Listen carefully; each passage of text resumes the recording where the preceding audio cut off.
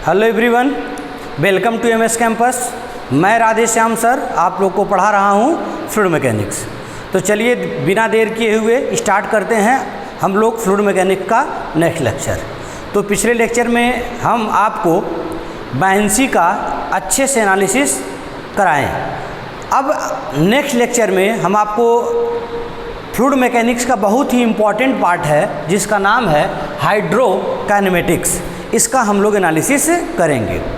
पिछले हम लोग जितने भी लेक्चर्स पढ़े हैं उसमें फ्लूइड मैकेनिक्स के दो पार्ट का अच्छे से एनालिसिस किए, जिसमें पहला पार्ट क्या था? पहला पार्ट था आपका introduction and property of fluid या रियोलॉजी ऑफ फ्लूइड। इसका एनालिसिस हम लोग पूरा डिटेल किए हैं। किसमें? इंट्रोडक्शन में।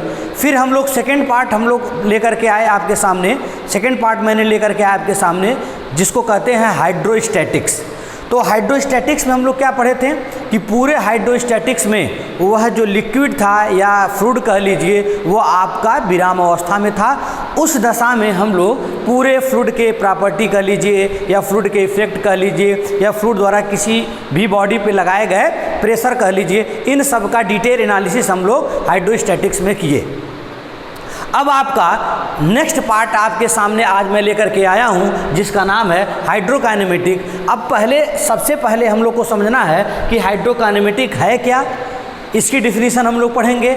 उसके बाद हम लोग पढ़ेंगे हाइड्रोकाइनेमेटिक में क्या क्या चीज़ें पढ़ना है इसके बारे में हम लोग जानेंगे। तो फर्स्ट ऑल आप देखिए हाइड्रोकाइनेमेटिक क्या होता है, इसके बारे में हम बताते हैं, ध्यान से समझिए। तो यहाँ पे बोर्ड पे हम डिफिनीशन लिख नहीं रहे हैं, बोल दे रहे हैं, आप लोग समझ लीजिए। और जहाँ कहीं कोई दिक्कत होगा तो आप लोग जो है कमेंट कर दीजिएगा, सर यहाँ ये दिक्कत है, फिर मैं नेक्स्ट लेक्चर में आपको उसको डिस्क्राइब कर दूंगा। चलिए तो समझिए हाइड्रोकाइनेमेटिक होता क्या है। तो कहते क्या है, हाइड्रोकाइनेमेटिक एक विज्ञान की शाखा है, अर्थात it is the branch of science. यह विज्ञान की शाखा है। अब कौन सी विज्ञान की शाखा है? वह विज्ञान की शाखा जिसके अंतर्गत गतिमान अवस्था में स्थित द्रव, यानी यहाँ पर कोई द्रव है जो मोशन में होगा, यानी आपका किसी लिक्विड के मोशन का एनालिसिस किया जाता है। बात समझिएगा। लेकिन अभी इसी में कहें हाइड्रोडायनेमिक कह लीजिए, एक अभी नेक्स्ट पार्ट इसका आगे हम आपको पढ़ाएंगे हाइड्रोडायनेमिक।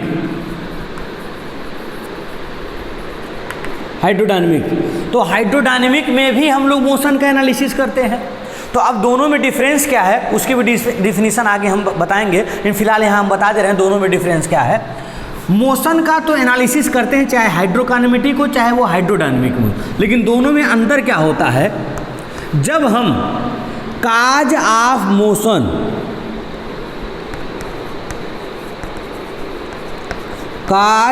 मोशन यानी मोशन के कारक, गति के कारक, जैसे फोर्स हुआ, एनर्जी हुआ,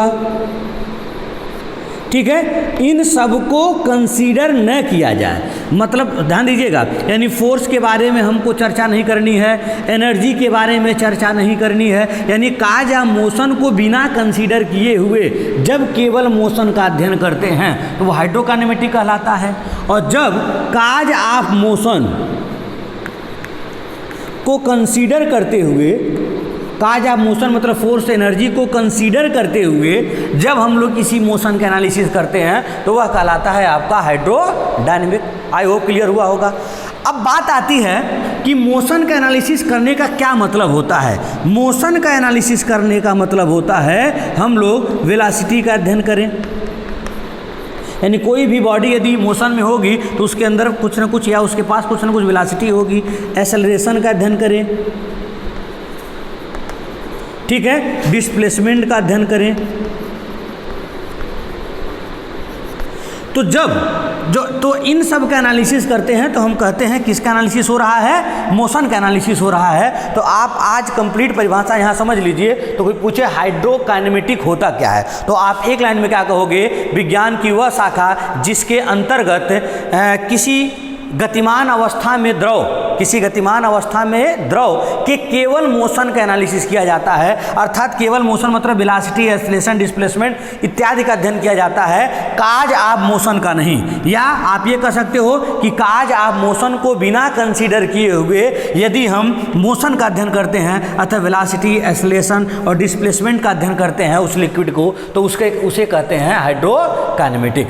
और जब वहीं पे आप काज ऑफ मोशन को कंसीडर करने के साथ साथ मोशन का अध्ययन करते हैं, वेलोसिटी, एक्सेलरेशन, डिस्प्लेसमेंट, एनर्जी, इन सब का अध्ययन करते हैं, तो उस विज्ञान की शाखा को हम लोग कहते हैं हाइड्रोडायनेमिक। तो हाइड्रोडायनेमिक हमारा नेक्स्ट पार्ट है। यहाँ पर हमको केवल किसके बारे में फोकस करना है? हाइड्रोकाइनेमेटिक के बारे में। तो चलिए, आई होप आप लोग को समझ में आ गया होगा हाइड्रोकाइनेमेटिक क्या है। डिफिनीशन आप लोग नोट कर लीजिएगा, ठीक है। तो अब हम बताते हैं हाइड्रोकाइनेमेटिक का एनालिसिस शुरुआत कहाँ से हुआ और कौन कौन से ऐसे वैज्ञानिक हैं जिन्होंने हाइड्रोकाइनेमेटिक से रिलेटेड अपना अपना नियम दिया है, या किस किस वैज्ञानिक के तर्क के आधार पर इसका एनालिसिस करते हैं। तो चलिए ध्यान दीजिए। तो इतना तो आप समझ गए कि हाइड्रोकाइनेमेटिक में काज ऑफ मोशन को बिना कंसीडर किए हुए केवल मोशन अर्थात वेलोसिटी, एक्सेलरेशन, डिस्प्लेसमेंट इस सब का अध्ययन करते हैं। अब जब हाइड्रोकाइनेमेटिक एनालिसिस की बात होती है तो दो साइंटिस्ट हैं जिनका नाम सामने आता है, अर्थात यूँ कहा जाए कि हाइड्रोकाइनेमेटिक का जो एनालिसिस होता है या कोई भी लिक्विड जब मोशन में होता है तो उसके एनालिसिस करने के लिए दो वैज्ञानिकों ने अपना अपना एनालिसिस किया है या अपना अपना थियरी दिया है। एक है लैग्रेंजियन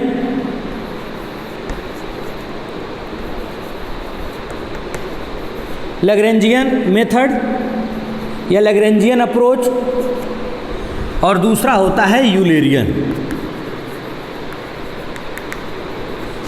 मेथड।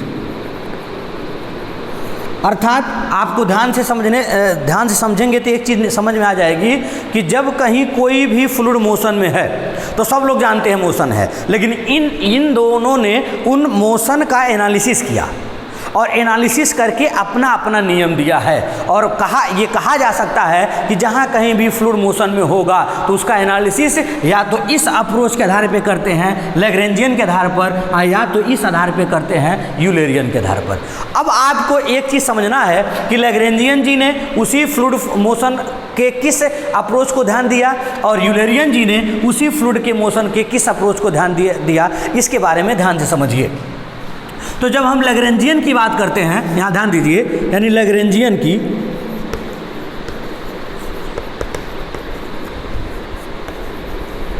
तो इसके बारे में क्या डिफिनीशन आप लिखेंगे, इसके बारे में ध्यान दीजिए। लैग्रेंजियन के अनुसार जब कोई भी लिक्विड मोशन में होता है, ध्यान दीजिएगा, जब कोई भी लिक्विड मोशन में होता है तो उसके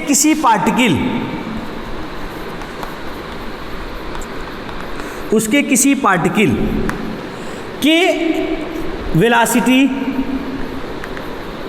डिस्प्लेसमेंट या एक्सेलरेशन इन सब का अध्ययन किया जाए या वह पार्टिकल कहाँ कहाँ जा रहा है ये ध्यान दिया जाए। जैसे सपोज करिए ये आपका एक कोऑर्डिनेट एक्सिस है, एक्स एक्सिस है, ये जेड एक्सिस है और ये वाई एक्सिस है।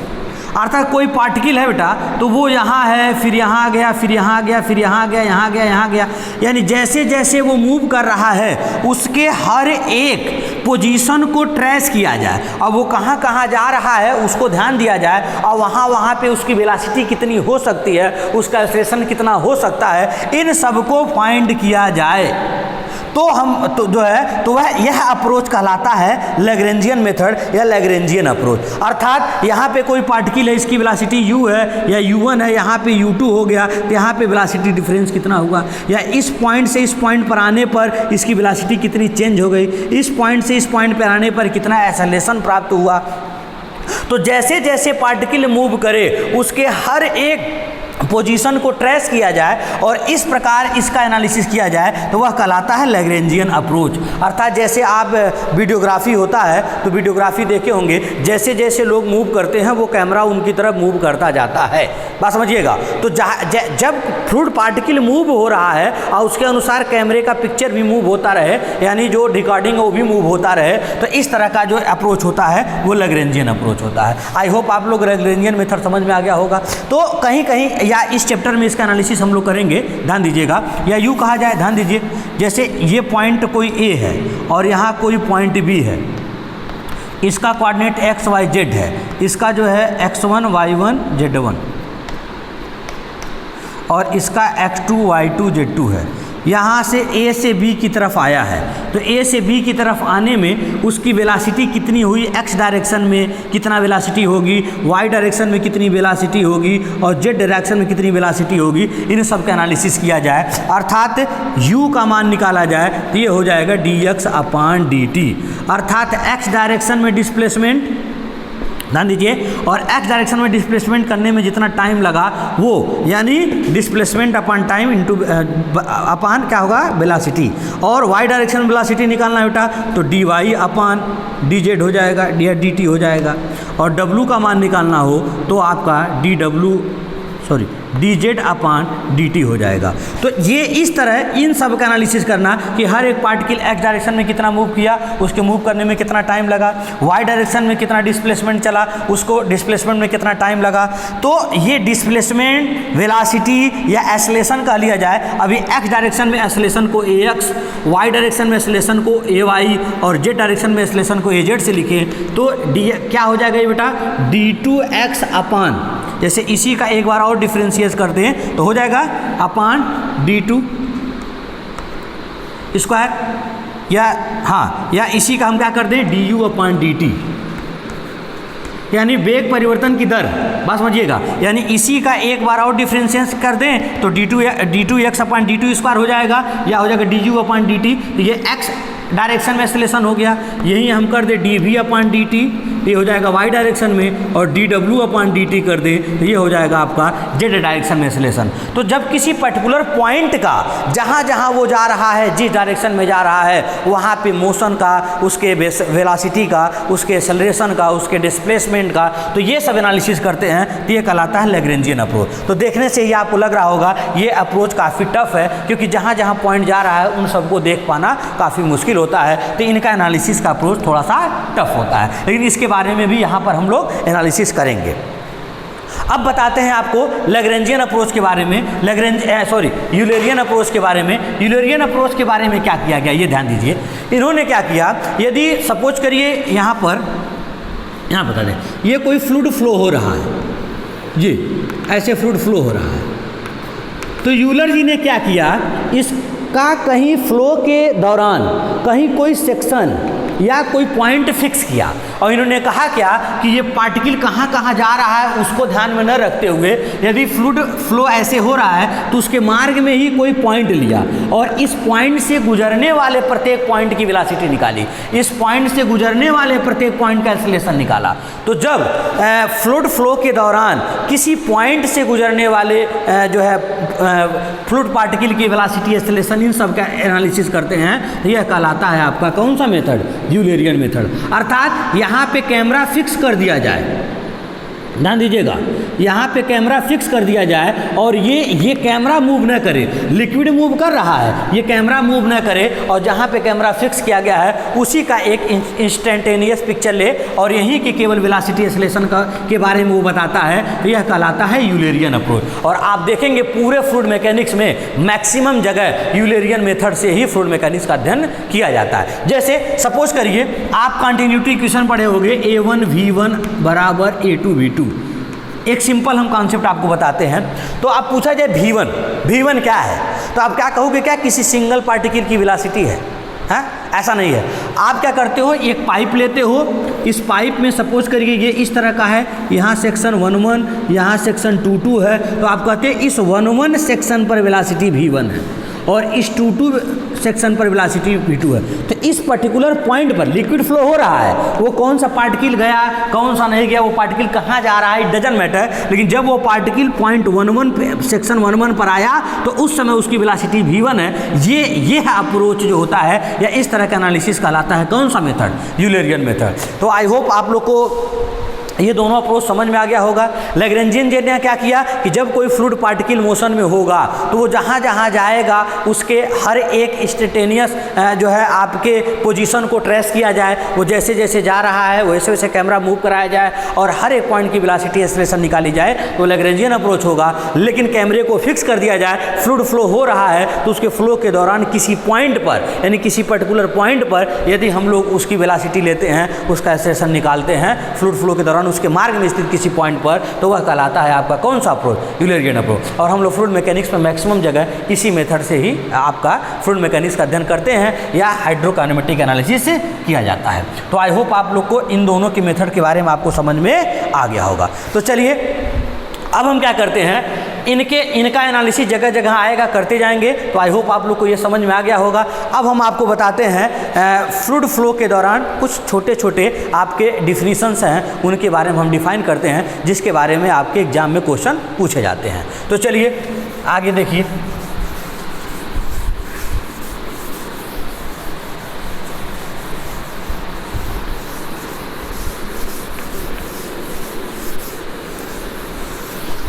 चलिए ध्यान दीजिए। अब सम इम्पॉर्टेंट डिफिनीशन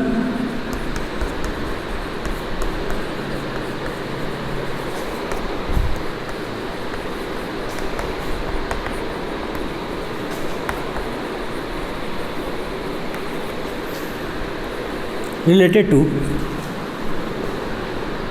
हाइड्रोकाइनेमेटिक।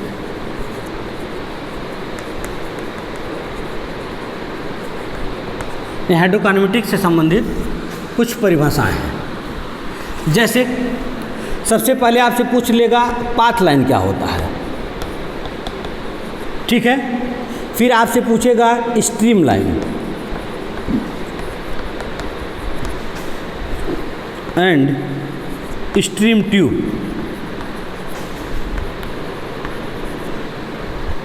थर्ड जो है आपका स्ट्रीक लाइन, और इसी को फिलामेंट लाइन भी कहते हैं। छोटे छोटे एग्जाम्पल इसमें पूछता है, तो क्या क्या पूछता है उसी के बारे में हम आपको यहाँ पर जो है आपको डिस्क्राइब कर दे रहे हैं। इसको आप नोट्स बना लीजिएगा, ठीक है। बाकी हम आपको जो है इसका PDF आपको जो ही चैप्टर समाप्त होगा वो जैसे प्रोवाइड करते रहे हैं वैसे इसका भी प्रोवाइड करा देंगे, ठीक है। तो फर्स्ट आप समझिए पाथ लाइन क्या होता है, पाथ लाइन किसे कहते हैं। तो आप क्या कहेंगे, किसी फ्लूइड फ्लो के दौरान, ध्यान दीजिएगा, यानी कोई फ्लूइड है वो फ्लो हो रहा है, ध्यान दीजिएगा, फ्लूइड फ्लो के दौरान किसी निश्चित समय में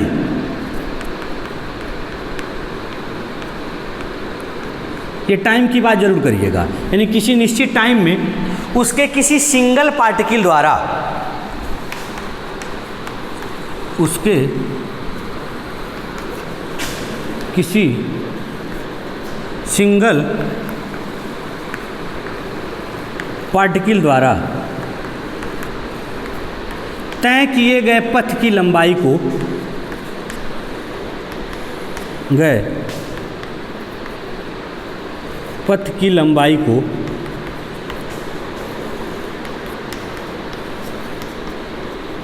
या तय किए गए पथ को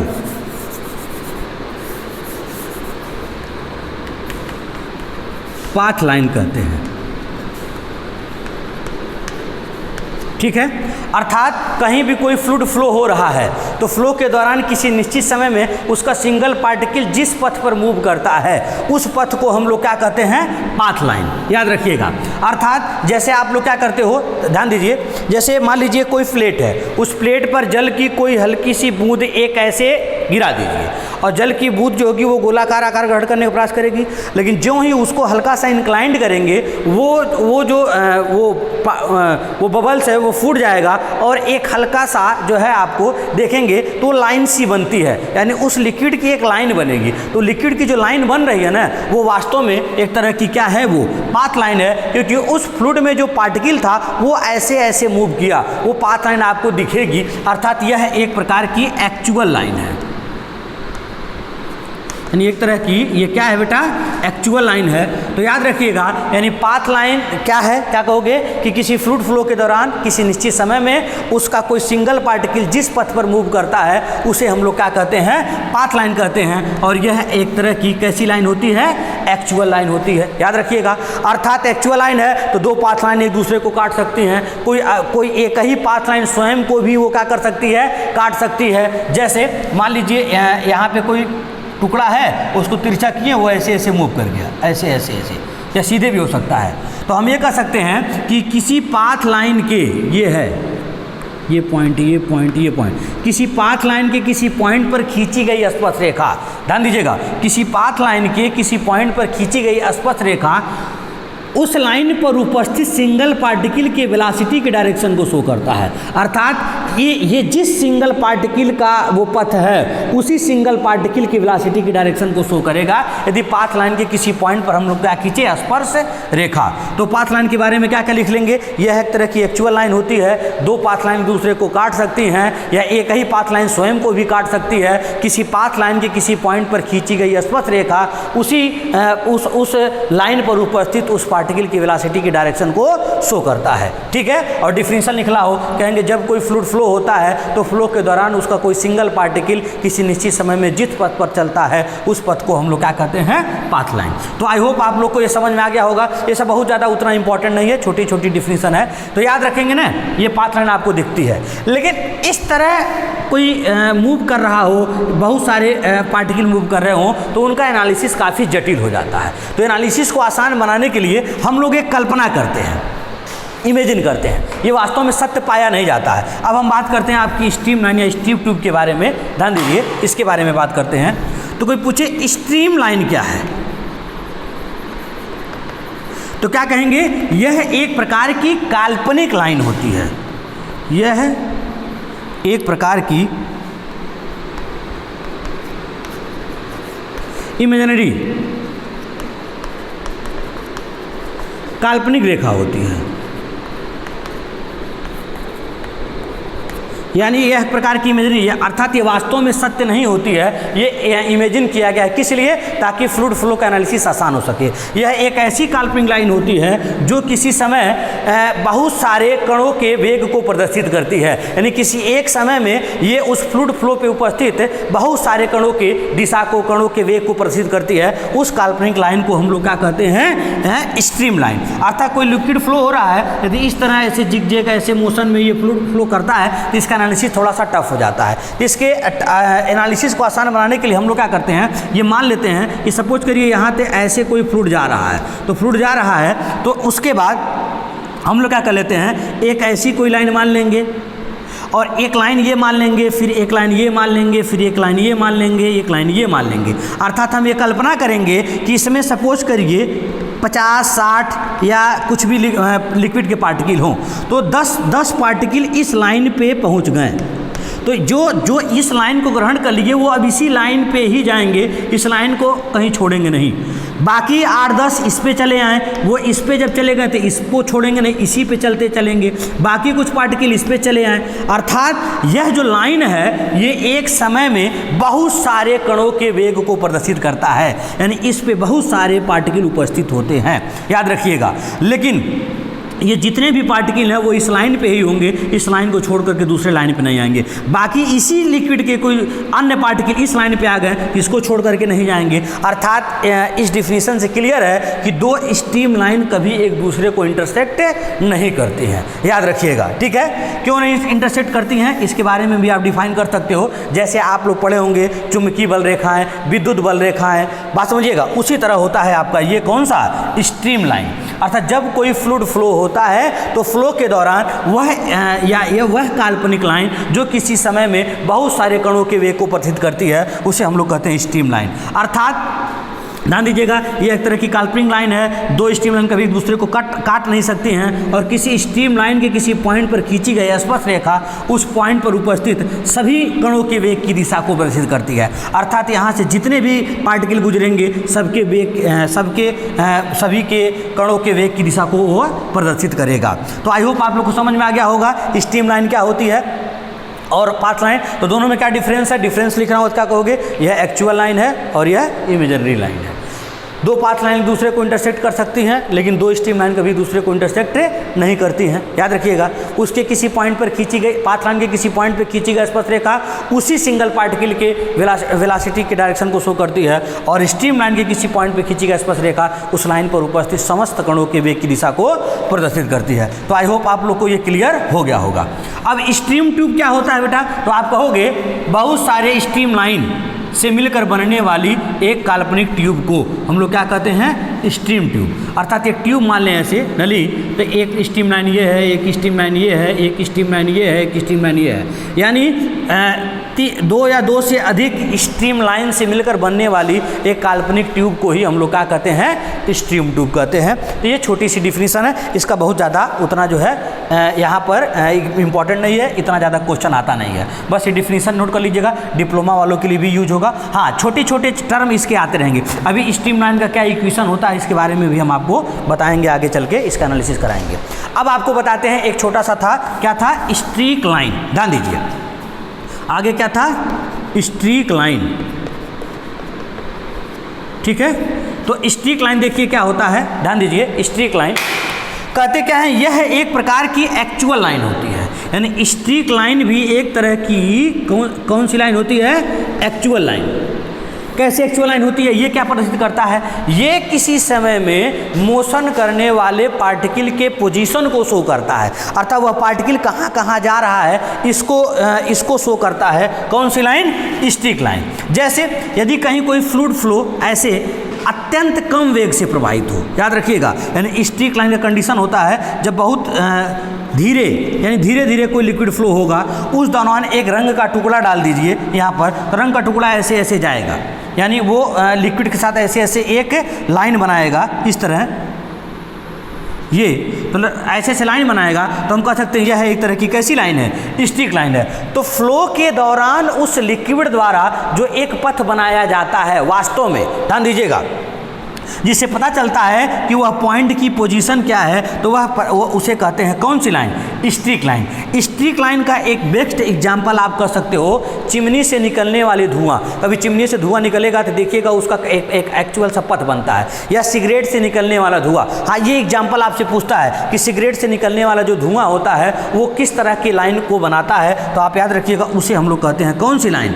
स्ट्रीक लाइन कहते हैं। वह किसी सिंगल पार्टिकल के पोजीशन को शो करता है। तो एक चीज समझ में आ गया, पाथ लाइन, स्ट्रीम लाइन और कौन सा?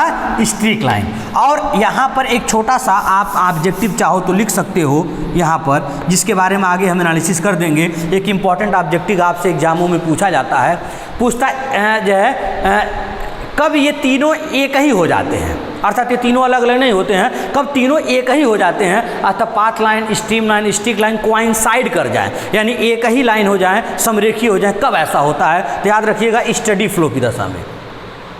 अभी क्या होता है स्टडी फ्लो, उसके बारे में हम आपको बताएंगे, वहाँ भी लिखा देंगे। एक लाइन ऑब्जेक्टिव चाहो तो आप यहाँ लिख सकते हो स्टार करके कि स्टडी फ्लो की दशा में पाथ लाइन, स्ट्रीम लाइन और स्ट्रीक लाइन तीनों कोइंसाइड कर जाती हैं, अर्थात तीनों एक ही लाइन पर एक ही लाइन को प्रदर्शित करती हैं। तो आई होप ये छोटे छोटे डिफिनीशन आपको समझ में आ गए होंगे। अब आपको हम बताते हैं बहुत ही इंपॉर्टेंट टॉपिक जो है टाइप्स ऑफ फ्लूइड फ्लो, वहाँ से आपके ऑब्जेक्टिव बनेंगे, या आगे का जो एनालिसिस है, जैसे स्ट्रीम फंक्शन क्या होता है, कंटिन्यूटी इक्वेशन क्या होता है और पोटेंशियल फंक्शन क्या होता है, इन सब का डिटेल एनालिसिस करने के लिए टाइप्स ऑफ फ्लूइड फ्लो के बारे में जानना बहुत ही जरूरी है। तो अब हम नेक्स्ट टॉपिक आपके सामने लेकर के आ रहे हैं, टाइप्स ऑफ फ्लूइड फ्लो। चलिए ध्यान दीजिए बच्चों, अब नेक्स्ट टॉपिक आपके सामने यहाँ पर बोर्ड पे हम लिख दिए हैं, ध्यान दीजिए। बहुत इंपॉर्टेंट है ये टॉपिक। क्या है? टाइप्स ऑफ फ्लूइड फ्लो, यानी फ्लूइड फ्लो के प्रकार। तो यहाँ पर आपके सामने देख रहे हैं कि फ्लूइड फ्लो आपके टोटल 8 प्रकार के हैं, ध्यान दीजिएगा। तो इन सब का एनालिसिस हमको यहाँ पर करना है, जिसमें इन दोनों का एनालिसिस आगे हम अलग से कराएंगे इनका, लेकिन यहाँ पर हम मुख्यतः 6 का अध्ययन करते हैं। तो ऑब्जेक्टिव आपका हो जाए, ऑब्जेक्टिव दृष्टिकोण से इन दोनों का भी डिफिनीशन शार्ट में लिखा देंगे ताकि आपके जेई लेवल के एग्जाम हो जाए। बाकी इनको समझने के लिए आपको डिटेल इसको ओपन चैनल फ्लो में बताएंगे, इसको हाइड्रोडायनेमिक में आपको बताएंगे, ठीक है। तो बारी बारी से देखिए फ्लूइड फ्लो कितने प्रकार का है। पहला है आपका स्टडी फ्लो, और दूसरा है अनस्टडी, या पहले में ही स्टडी एंड अनस्टडी फ्लो हो गया। स्टडी को क्या कहते हैं, अपरिवर्ती, नाम है स्टडी लेकिन है अपरिवर्ती, और अनस्टडी को कहते हैं परिवर्ती प्रवाह। फिर होता है आपका uniform and non uniform flow, इसको बोलते हैं समान प्रवाह और इसको बोलते हैं असमान प्रवाह। ये है कंप्रेसिबल और इनकम्प्रेसिबल। कंप्रेसिबल मतलब संपीड्य और इनकम्प्रेसिबल मतलब असंपीड्य प्रवाह। Laminar flow and turbulent flow. Laminar को हम लोग क्या बोलते हैं बेटा, लेमिनार को हम लोग बोलते हैं अस्तरी प्रवाह और टर्बुलेंट को हम लोग बोलते हैं विक्षुब्ध प्रवाह। फिर रोटेशनल घुर्डी प्रवाह, इरोटेशनल अघुर्डी प्रवाह। ये एक बीमी, द्विबीमी और त्रिबीमी प्रवाह होता है, ठीक है। और ये सब क्रिटिकल, क्रिटिकल, सुपर क्रिटिकल, इसको इंग्लिश में ही आप लोग याद करिएगा, इसको इंग्लिश में इस तरह से आपसे क्वेश्चन पूछेगा। तो हम लोग बारी बारी से एक एक के बारे में हम आपको बताते हैं। सबसे पहले स्टडी एंड अनस्टडी का एनालिसिस करते हैं, और ये इसलिए एक एक चीज़ को ध्यान से समझिएगा ताकि आगे का एनालिसिस आपका ईजी हो जाए, क्योंकि इसी पे बेसिस पे पूरा कंटिन्यूटी क्वेश्चन है, जगह जगह इसका एक्सप्रेशन यूज करेंगे। तो समझिए स्टडी एंड अनस्टडी फ्लो क्या होता है, ठीक है। बारी बारी से एक एक के बारे में बताते हैं। इसका आप लोग जो है ले लीजिए, इसका स्क्रीनशॉट ले लीजिए आप लोग, और उसके बाद जो है हम एक एक के बारे में डिस्क्राइब करते हैं। चलिए, तो पहला हम बताते हैं स्टडी एंड अनस्टडी फ्लो क्या होता है। चलिए, तो हम सबसे पहले बताते हैं आपको स्टडी फ्लो।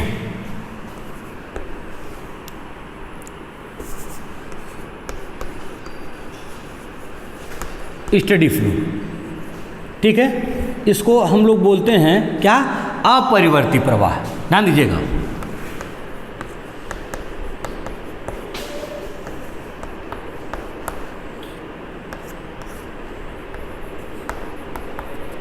ठीक है, अपरिवर्ती। ध्यान दीजिएगा, तो कोई पूछे स्टडी फ्लो क्या होता है, तो क्या आप डिफाइन करोगे, ध्यान से समझना इस चीज़ को। यानी जब कोई फ्लूइड या जब कोई लिक्विड फ्लो होता है, जैसे ये लिक्विड ऐसे फ्लो हो रहा है, ऐसे ऐसे ऐसे जा रहा है, ऐसे जा रहा है, तो फ्लो के दौरान इसके किसी पॉइंट पर, यानी फ्लो के दौरान इसके मार्ग में किसी पॉइंट पर, सपोज करिए ये पॉइंट ए है, इसके किसी पॉइंट पर टाइम के अनुसार, टाइम के अकॉर्डिंग, यानी टाइम के अनुसार यहाँ पर इस फ्लूइड की प्रॉपर्टी चेंज नहीं होती है। अर्थात ए पॉइंट पर, यानी किसी समय प्रॉपर्टी आपकी कुछ है, तो कुछ समय बाद भी यहाँ की प्रॉपर्टी फ्लो के दौरान उतनी ही मिले, यानी किसी पर्टिकुलर पॉइंट पर बता रहे हैं, तो वह आपका कहलाता है स्टडी फ्लो। अर्थात प्रॉपर्टी चेंज न हो। अर्थात यहाँ लिख दें, if R is the properties of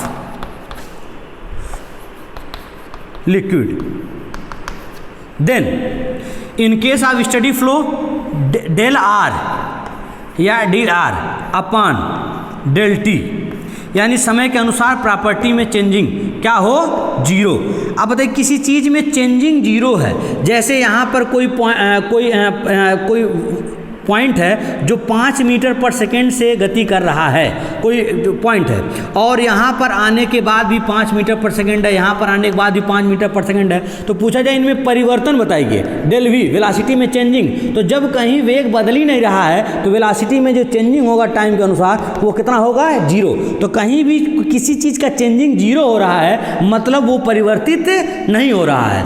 और ये किसी पॉइंट पर, अर्थात ये पॉइंट सपोज करिए x1, y1 और z1 है, तो यहाँ पे लिख सकते हैं x1, y1 और z1। अर्थात किसी पर्टिकुलर पॉइंट पर टाइम के अनुसार उसी किसी फ्लूइड की प्रॉपर्टी चेंज न हो, अर्थात उसमें डेल आर का मान जीरो हो, परिवर्तन जीरो हो, तो इस तरह का फ्लो कहलाता है हमारा, कौन सा फ्लो कहलाता है, स्टडी फ्लो। अब समझिएगा, अब प्रॉपर्टी का मीन्स क्या है, इसको भी पूछेगा आपसे। अर्थात प्रॉपर्टी का मतलब हम डेंसिटी से ले लें, डेंसिटी चेंज ना हो, या उसकी वेलोसिटी चेंज ना हो, या प्रेशर चेंज ना हो, ठीक है। अब देखिए टाइम के अनुसार, अब डेंसिटी को रो से लिखते हो, वेलासिटी यहाँ पर याद रखिएगा v से तो लिखते हैं, लेकिन यहाँ पर हम 2-3 डायरेक्शन में लेके चलेंगे। तो x डायरेक्शन की वेलासिटी को स्मॉल u से लिखते हैं, y डायरेक्शन की वेलासिटी को स्मॉल v से लिखते हैं, और z डायरेक्शन की वेलासिटी को w से, और प्रेशर तो आप जानते हैं p से लिखते हैं। तो हम स्टडी फ्लो का इक्वेशन लिखने जा रहे हैं। कहीं स्टडी फ्लो का है तो ये इक्वेशन याद रखिएगा, या ये इक्वेशन कहीं दिया हो तो समझिएगा वो स्टडी फ्लो का ही है। अर्थात हम कह दें del rho upon del t, यानी del rho upon del t, यानी change in density with respect to time at any point x1 y1 z1 क्या होगा बराबर 0। किसकी दशा में? स्टडी फ्लो की दशा में, यानी किसी पर्टिकुलर पॉइंट पर टाइम के अनुसार डेंसिटी चेंज नहीं होगी। यदि प्रेशर की बात करें बेटा तो प्रेशर भी चेंज न हो,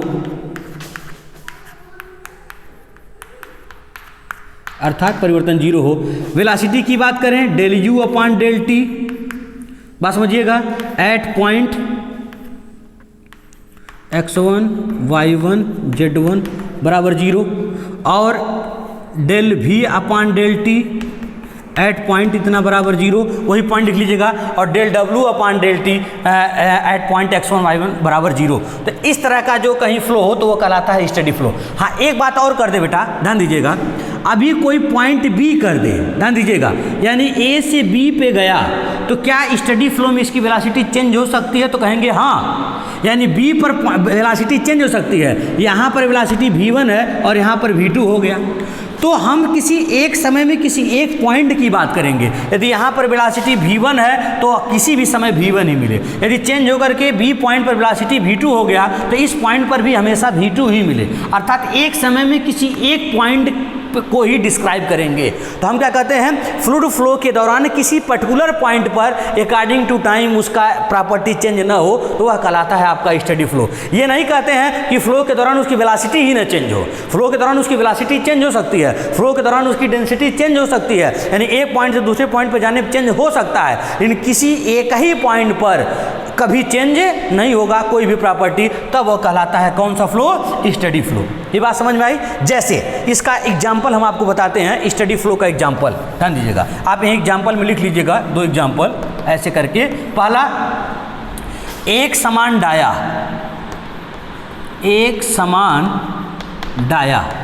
के पाइप, एक समान डाया के पाइप में फ्लूइड फ्लो, बात समझिएगा, या टेपर्ड पाइप, बात समझिएगा, टेपर्ड पाइप, सुंडाकार टेपर्ड पाइप में फ्लूइड फ्लो,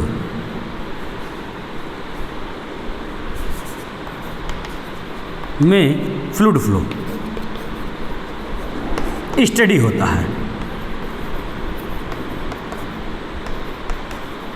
जबकि डिस्चार्ज कांस्टेंट हो,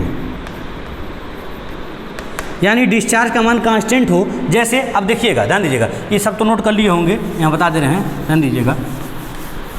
अर्थात जैसे सपोज करिए एक समान डाया का कोई पाइप है, इसका डाया चेंज नहीं हो रहा, हर जगह डाया डी है, तो इसमें डिस्चार्ज का मान यदि क्यू है तो इसके हर एक पॉइंट पर वेलासिटी चेंज नहीं होगा, अर्थात वेलासिटी भी ही होगा हर एक पॉइंट पर। तो हम हर एक पॉइंट की बात ना करें, कोई जरूर नहीं हर एक पॉइंट पर सेम रहे, हम किसी एक पॉइंट की बात करें, यहाँ भी है तो यहाँ हमेशा भी ही होगा, यहाँ भी है तो यहाँ भी हमेशा भी ही होगा। या सपोज करिए टेपर पाइप हो इस तरह,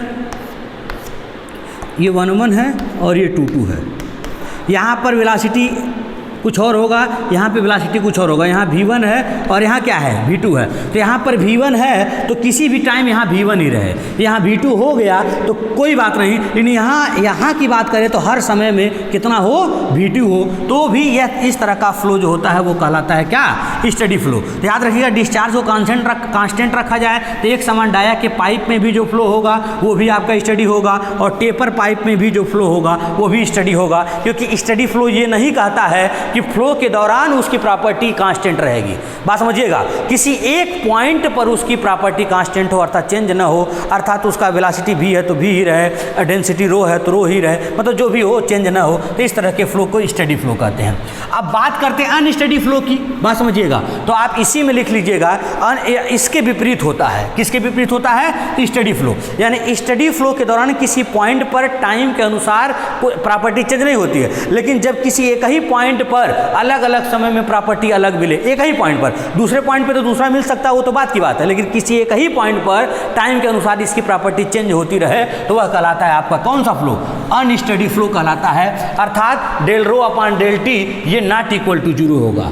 यानी जब आप अनस्टेडी फ्लो की बात करिएगा तो जहाँ इक्वल टू जीरो किए थे वही सब जो है आप क्या कर दीजिएगा? Not equal to zero. तो ये सब कांस्टेंट या ये जो प्रॉपर्टी होगा ये सब किसका हो जाएगा? अनस्टेडी फ्लो का।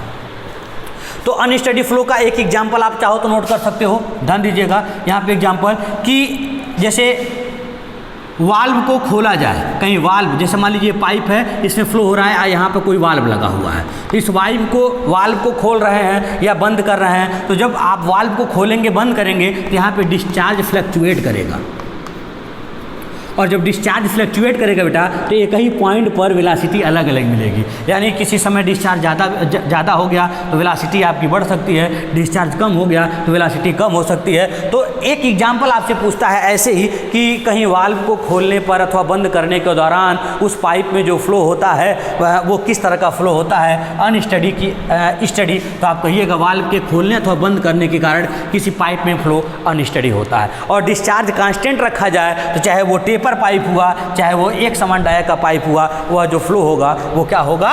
स्टडी होगा। तो आई होप आप लोग को इसका दोनों का एग्जांपल समझ में आ गया होगा और दोनों की डिफिनीशन समझ में आ गई होगी। किसका? स्टडी एंड अनस्टडी फ्लो का। अब हम आपको बताते हैं अगला जो है आपका कौन सा है? Uniform and non uniform flow. Done.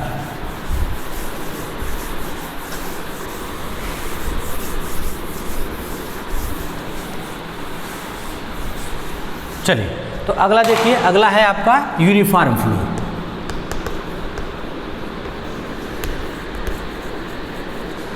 Uniform flow इसको बोलते हैं एक समान प्रवाह। क्या बोलते हैं? एक समान प्रवाह।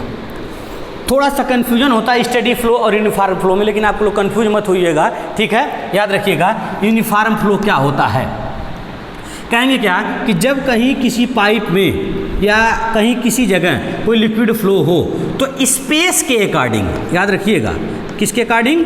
स्पेस के अकॉर्डिंग उसकी वेलोसिटी चेंज न हो। अब जैसे स्पेस के अकॉर्डिंग वेलोसिटी चेंज न हो का मतलब क्या है? जैसे इस पॉइंट पर वेलोसिटी यदि v है तो इस डायरेक्शन में x डायरेक्शन में कहीं भी जाएं, बात समझिएगा, उसकी वेलोसिटी चेंज न हो। यानी y डायरेक्शन में यदि x डायरेक्शन में वेलोसिटी u है तो ये x डायरेक्शन में हमेशा वेलोसिटी u ही हो, y डायरेक्शन में वेलोसिटी v ही है तो y डायरेक्शन में कहीं भी जाए वेलोसिटी v ही हो, z डायरेक्शन में वेलोसिटी w है तो हर जगह इस डायरेक्शन में वेलोसिटी w ही हो।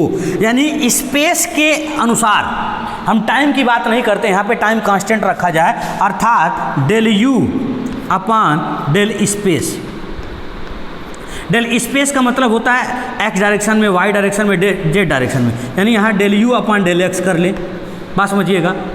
तो ये स्पेस के अनुसार वेलोसिटी चेंजिंग ना हो, अर्थात del u upon del x बराबर जीरो हो, या del v upon del y बराबर जीरो हो, बात समझिएगा, या डेल डब्ल्यू अपॉन डेल जेड बराबर जीरो हो। तो स्पेस के अनुसार जब वेलोसिटी में चेंजिंग ना हो, बात समझिएगा, या वेलोसिटी में चेंजिंग जीरो होता है, तो इस तरह के फ्लो को हम लोग कहते हैं कौन सा फ्लो? Uniform flow. जैसे एक समान डाया का कोई पाइप होगा, इसका एग्जाम्पल देखिए, इसका एग्जाम्पल,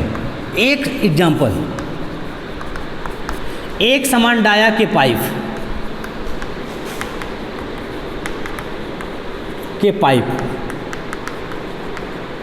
में फ्लूइड फ्लो क्या कहलाएगा बेटा? क्या होगा? वह यूनिफॉर्म होगा।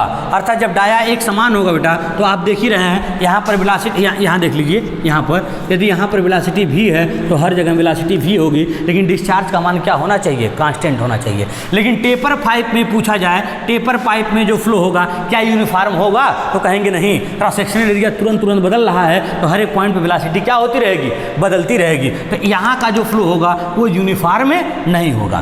तो एक चीज़ देखने में समझ क्या आ रहा है कि एक समान पाइप का जो फ्लो था वो भी स्टडी था, और एक समान पाइप में जो फ्लो है वो आपका क्या है, यूनिफॉर्म है। लेकिन जो टेपर पाइप है इसमें स्टडी तो है, यूनिफॉर्म नहीं है। तो हम कह सकते हैं क्या कि जितने भी यूनिफॉर्म फ्लो होते हैं वह एक तरह के क्या होते हैं, स्टडी फ्लो होते हैं।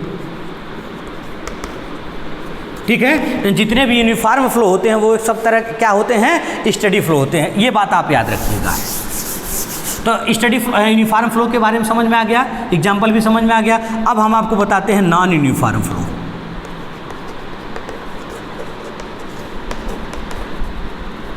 नॉन यूनिफॉर्म फ्लो क्या होता है बाबू, कहोगे क्या कि जब यही स्पेस के अनुसार वेलोसिटी जो है आपका कांस्टेंट ना हो, वेलोसिटी चेंज होता रहे, अर्थात del u upon del x not equal to 0 हो, del v upon del y not equal to 0 हो, तो डेल डब्ल्यू upon del z not equal to 0 हो, तो इस तरह का जो फ्लो होता है वह कहलाता है कौन सा फ्लो, नॉन यूनिफॉर्म। अर्थात किसी स्पेस के अनुसार, यानी किसी स्पेस के डायरेक्शन में जो है आपका वेलोसिटी चेंजिंग होता रहे, तो वह कहलाता है नॉन यूनिफॉर्म फ्लो। जैसे पूछा जाए नॉन यूनिफॉर्म फ्लो का एग्जांपल क्या है, तो आप एग्जांपल दे सकते हो बेटा यहाँ पर कि किसी टेपर पाइप में जो फ्लूइड फ्लो होता है, यह कहलाता है आपका कैसा, नॉन यूनिफॉर्म फ्लो होता है। क्यों? क्योंकि यहाँ पर हर एक पॉइंट पर वेलोसिटी, इस डायरेक्शन की बात करें तो हर एक पॉइंट पर वेलोसिटी चेंज होगी, वाई डायरेक्शन में बात करें तो हर एक पॉइंट पर वेलोसिटी चेंज होगी। तो जब किसी डायरेक्शन में हर एक पॉइंट पर वेलोसिटी चेंज होती रह रही है, तो यह कहलाता है आपका कौन सा फ्लो, नॉन यूनिफॉर्म। तो नॉन यूनिफॉर्म एक तरह का कैसा फ्लो हो सकता है आपका, नॉन यूनिफॉर्म फ्लो भी एक तरह का कैसा हो सकता है आपका, स्टडी फ्लो हो सकता है। और यूनिफॉर्म फ्लो जितना होता है वो तो होता ही होता है, याद रखिएगा। कहीं कोई एक समान डाया का ही पाइप हो लेकिन यहाँ पर मुड़ गया हो, बात समझिएगा, तो एक समान डाया का पाइप ही मुड़ गया हो, तो यहाँ पर वेलोसिटी आपका v है, v1 है, और यहाँ पर आते आते वेलोसिटी v2 चेंज हो जाए, तो वास्तव में एनालिसिस में तो चेंज नहीं करते हैं, वो डिपेंड करता है आइडियल फ्लो है कि एक्चुअल फ्लो है कि विस्कस फ्लो है, इस पर डिपेंड करता है। लेकिन जब यहाँ पर बेंड पाइप होगा तो वेलोसिटी जाहिर सी बात है चेंज होगी, इफिशिएंसी कुछ एनर्जी लॉस होगा तो वेलोसिटी चेंज होगी। तो टेपर पाइप में यानी बेंड पाइप में जो फ्लूइड फ्लो होता है वह एक तरह का कैसा फ्लूइड फ्लो होता है, नॉन यूनिफॉर्म फ्लूइड फ्लो होता है। तो दो तरह के फ्लूइड फ्लो के बारे में आप लोग समझें, पहला स्टडी फ्लो और दूसरा अनस्टडी फ्लो, और पहला स्टडी अनस्टडी फ्लो और दूसरा क्या है, uniform and non uniform flow. तो ये चीज़ समझ में आ गई होंगी। अब एक ऑब्जेक्टिव और आपको यहाँ पर बता दे रहे हैं, ध्यान से समझ लीजिएगा स्टडी फ्लो के बारे में। वही नीचे ऑब्जेक्टिव स्टार करके लिख लीजिएगा, वहाँ पे छूट गया, अभी दिमाग में आया, बता दे रहे हैं स्टडी के बारे में, ऊपर ही लिख लीजिएगा। यानी स्टडी फ्लो जो होता है ये टाइम इंडिपेंडेंट होता है।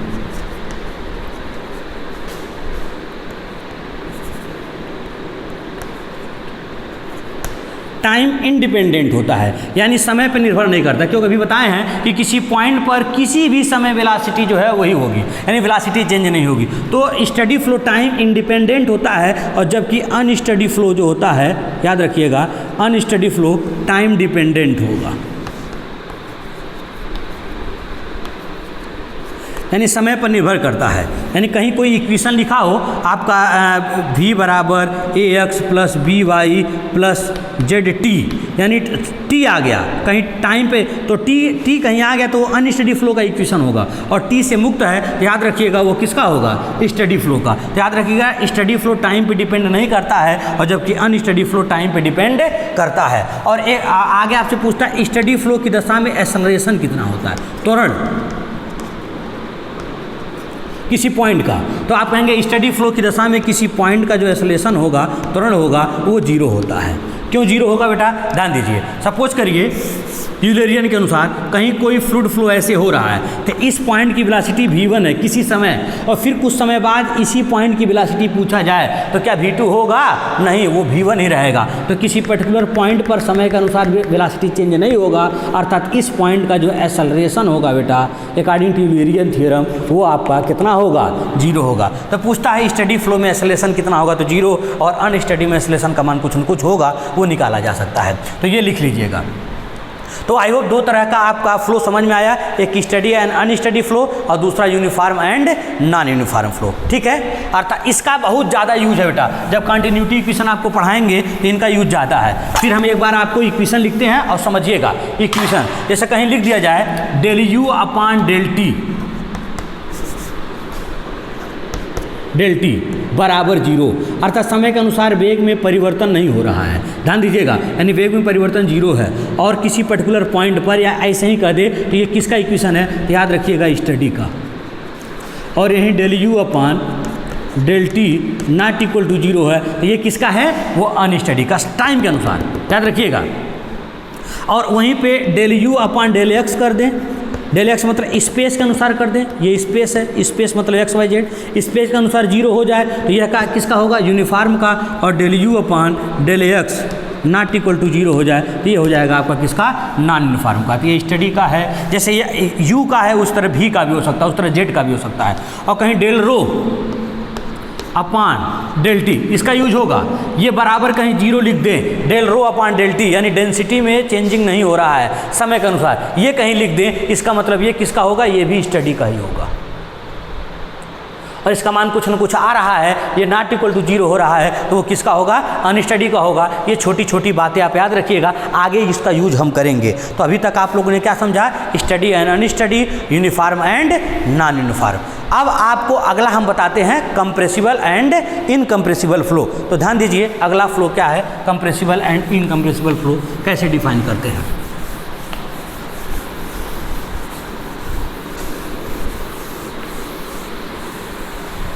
चलिए अगला समझिए, कंप्रेसिबल फ्लो।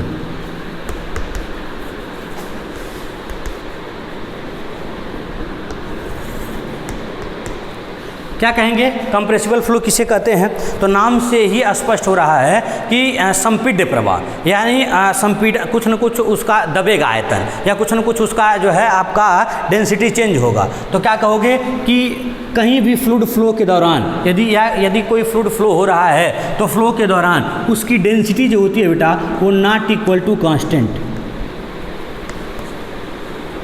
ध्यान दीजिएगा, या उसका वॉल्यूम कांस्टेंट नहीं होता, उसकी डेंसिटी कांस्टेंट नहीं होती है।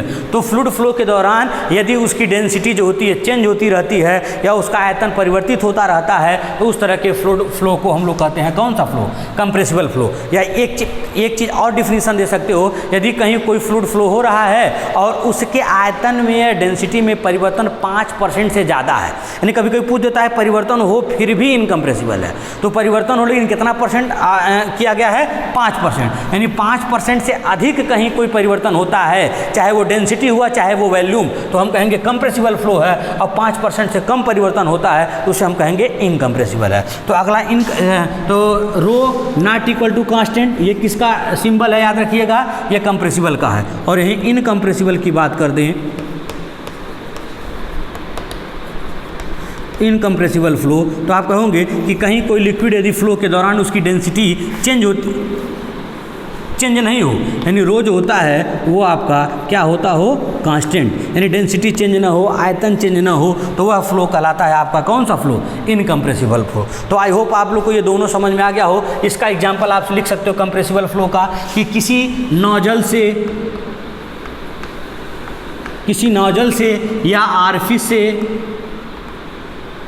आरफिस से निकलने वाले गैसों का जो प्रवाह होता है, लिक्विड का नहीं बात करें बेटा, किसी गैसों का जो प्रवाह होता है किसी नोजल से या आरफिस से, वह जो फ्लो होता है वो कैसा होता है बेटा, आपका कंप्रेसिबल फ्लो। ठीक है, इनकम्प्रेसिबल फ्लो आप ये कह सकते हो कि आपके फ्लूइड मैकेनिक्स में जो है आपका मैक्सिमम जगह जो फ्लो किसी वाटर का जो फ्लो माना गया है वो जनरली हम लोग क्या माना गया है, इनकम्प्रेसिबल ही मानते हैं। अतः परिवर्तन तो होता है लेकिन 5% से कम होता है। ठीक है, तो मैक्सिमम फ्लूइड फ्लो जो होते हैं वो जनरली आपके क्या होते हैं, इनकम्प्रेसिबल होते हैं। ये बात आप एग्जाम्पल में याद रखिएगा। ठीक है, तो चलिए ये समझ में आ गया कंप्रेसिबल इनकम्प्रेसिबल। अब हम लोग डिटेल एनालिसिस करते हैं laminar flow and turbulent flow का। ध्यान दीजिए,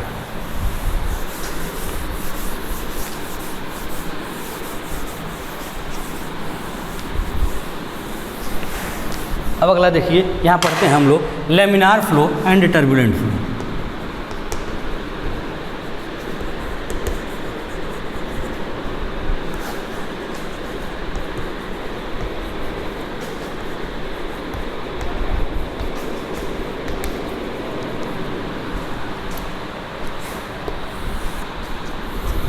क्या होता है देखिए, समझिए laminar flow and turbulent flow.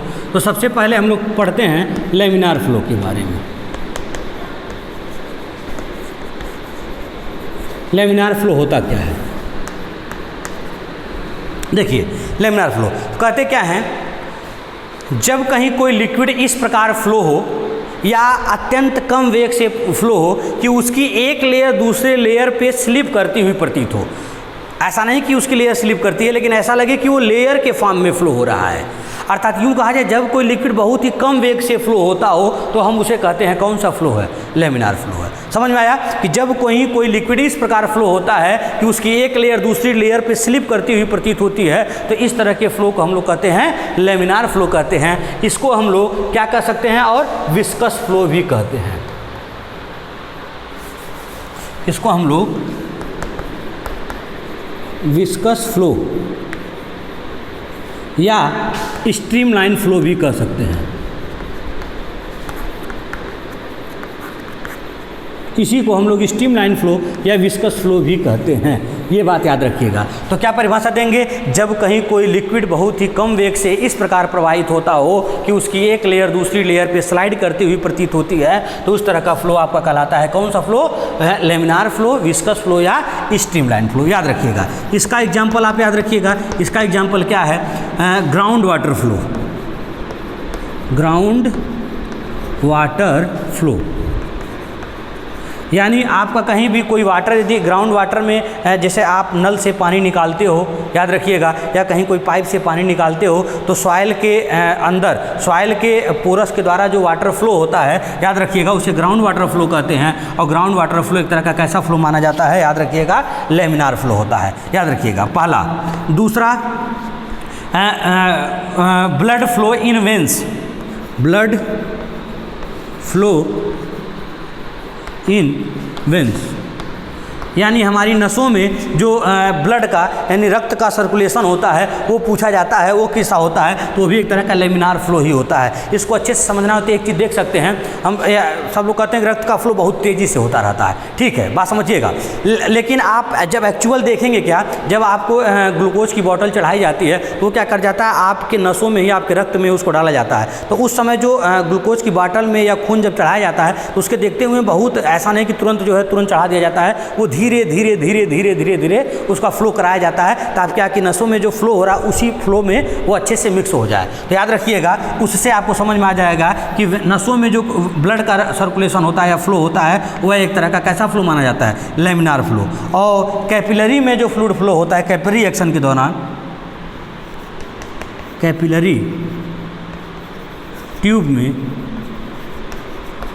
Liquid का फ्लो, यानी liquid flow in capillary tube.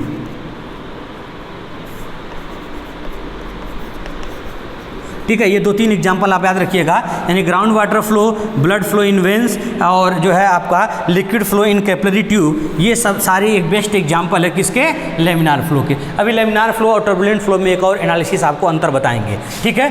अब अगला आप देखिए टर्बुलेंट फ्लो, दूसरा टर्बुलेंट फ्लो।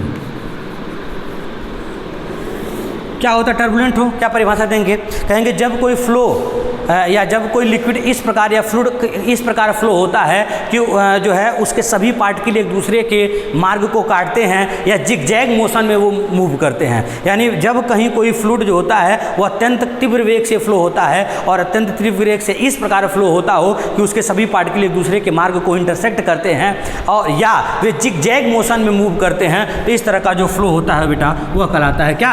Turbulent flow. और वास्तव में आपका इंजीनियरिंग में सिविल इंजीनियरिंग में या आपकी इंजीनियरिंग में जो भी फ्लूइड फ्लो माना जाता है, जैसे ओपन चैनल में फ्लो हो गया, नदियों में फ्लो हो गया, नहर में फ्लो हो गया, वो जो है पाइप में जनरली फ्लो जो हो गया, ये सब जो है किस में माना जाता है बेटा? अक्सर टर्बुलेंट फ्लो का ही एक बेस्ट एग्जाम्पल होता है, क्योंकि वो बहुत धीरे नहीं प्रवाहित होगा। ठीक है, ये सब एक कल्पना होता है या बहुत ही कम जगह देखा जाता है, लेकिन टर्बुलेंट फ्लो का जो है बहुत जगहों पे आप देख सकते हो।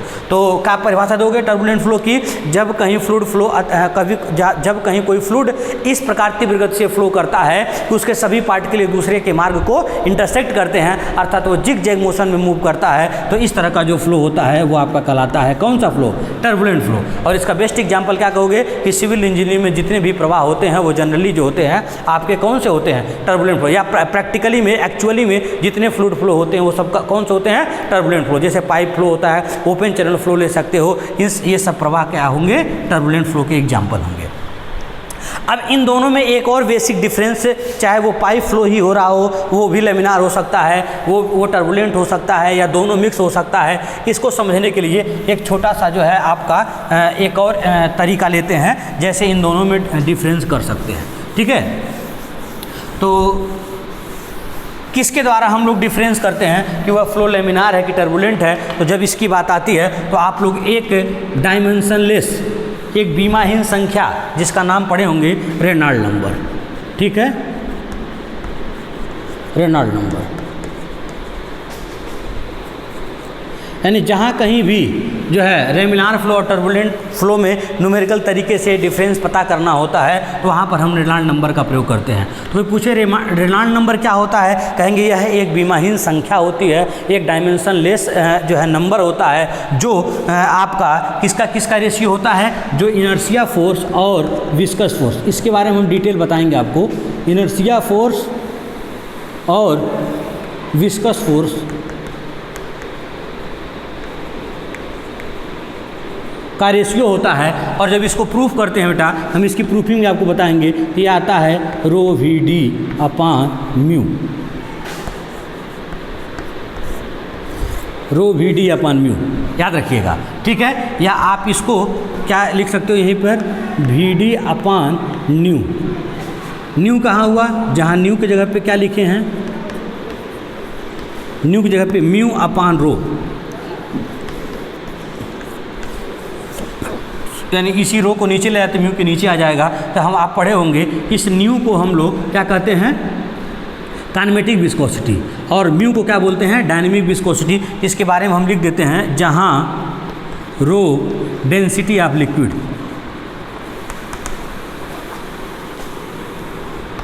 डेंसिटी ऑफ लिक्विड, और वी क्या है? मीन वेलोसिटी, याद रखिएगा, मीन वेलोसिटी। इसके बारे में डिटेल बताएंगे। और डी जो होता है वो डाया ऑफ पाइप,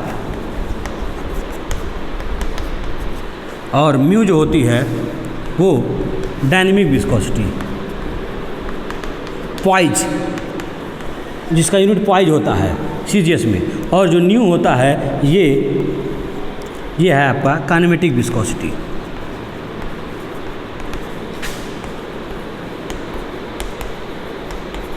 स्ट्रोक, इसका स्ट्रोक होता है, उसका पॉइज होता है। तो ये इतना हुआ। अब इसमें डिफरेंस करना हो कि कब वो लेमिनार होगा, इसके बारे में इतना समझ गए। अब यहाँ जब आर्यन का मान बेटा 2000 से कम होता है, यानी ओनली फॉर पाइप फ्लो, ये पाइप के लिए बता रहे हैं, अलग अलग जगहों पे अलग अलग होता है। याद रखिएगा कि जब आपके पाइप फ्लो में आर्यन का मान 2000 से कम होगा तो इसे कहते हैं लेमिनार फ्लो, और जब आर्यन का मान जो होता है वो 2000 से अधिक और 4000 से कम होता है, इसको बोलते हैं ट्रांजिशन फ्लो। ट्रांजिशन फ्लो, यानी आपको ये पता नहीं चल पाएगा वो लेमिनार है कि टर्बुलेंट है, कभी कभी वो लेमिनार का भी स्वरूप दिखेगा और कभी कभी आपका टर्बुलेंट का भी फ्लो दिखेगा। और तीसरा, जब आर्यन का मान 4000 से ज़्यादा होता है तब जो आपका फ्लो होता है वो टर्बुलेंस होता है, टर्बुलेंट फ्लो। तो रेनॉल्ड्स संख्या के आधार पे भी आप बता सकते हो कि जब रेनॉल्ड्स संख्या का मान 2000 से कम होता है उसे कहते हैं हम लोग क्या, कौन सा फ्लो बोलते हैं बेटा, लेमिनार फ्लो, ठीक है। और जब वही आपका 4000 से अधिक होता है तो टर्बुलेंट फ्लो, और जब 2000-4000 के बीच होता है तो उसे ट्रांजिशन फ्लो कहते हैं, अर्थात जो है अनिश्चित प्रवाह होता है। वो कभी कभी लेमिनार भी दिखता है, कभी कभी टर्बुलेंट भी दिखता है, ये फिक्स नहीं होता है। हाँ, जब आर्यन का मान एग्जैक्ट 2000 हो तो इसको आपको बोलते हैं लोअर क्रिटिकल पॉइंट, याद रखिएगा। और जब आर्यन का मान जो है आपका 4000 एग्जैक्ट हो इसको बोलते हैं अपर क्रिटिकल पॉइंट, याद रखिएगा। तो इतने आप पॉइंट याद रखिएगा तो आप लोग का ये भी आपका जो है कॉन्सेप्ट क्लियर हो जाएगा, कौन सा, laminar flow and turbulent flow. अब चलिए नेक्स्ट आपका जो फ्लूइड फ्लो है उसके बारे में हम जो है डिस्कशन करते हैं, जिसका नाम है रोटेशनल एंड इरोटेशनल फ्लो। चलिए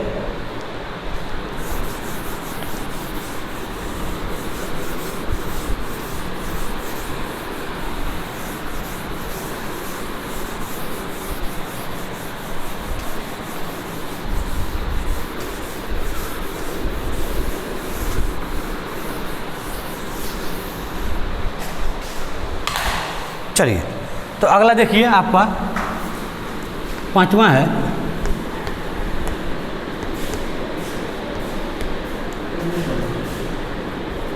रोटेशनल एंड इरोटेशनल फ्लो, घुर्डी तथा अघुर्डी प्रवाह, याद रखिएगा। तो पहले आप समझिए रोटेशनल फ्लो क्या होता है।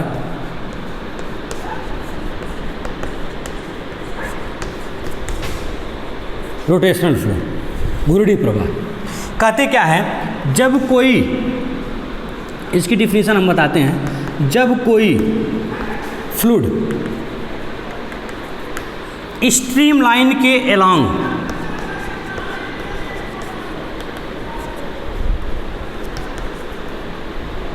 स्ट्रीम लाइन के अलोंग इस प्रकार मूव करता है या इस प्रकार गति करता है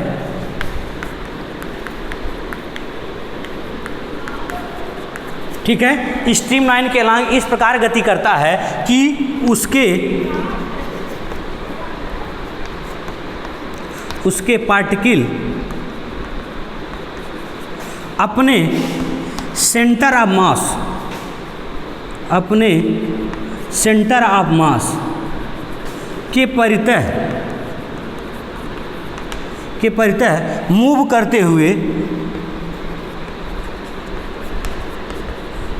करते हुए गति करते हैं तो उसे हम लोग क्या कहते हैं, रोटेशनल फ्लो। यानी स्ट्रीम लाइन के लॉन्ग तो मोशन वो करेगा ही करेगा और साथ में ये क्या करते हैं, अपने सेंटर ऑफ मास के परितः भी रोटेट करते हैं। जैसे ध्यान दीजिए, हम सपोज करिए इस तरह कोई स्ट्रीम लाइन ऐसे है स्ट्रीम लाइन, तो इस स्ट्रीम लाइन में कोई फ्लूइड पार्टिकल ये है, फिर यहाँ फ्लूइड पार्टिकल आ गया, फिर यहाँ फ्लूइड पार्टिकल आ गया, फिर यहाँ फ्लूइड पार्टिकल आ गया। तो किस प्रकार ये फ्लूइड पार्टिकल है ये देखिए, ध्यान दीजिए। तो ये फ्लूइड पार्टिकल आपका सपोज करिए यहाँ पर ऐसे है,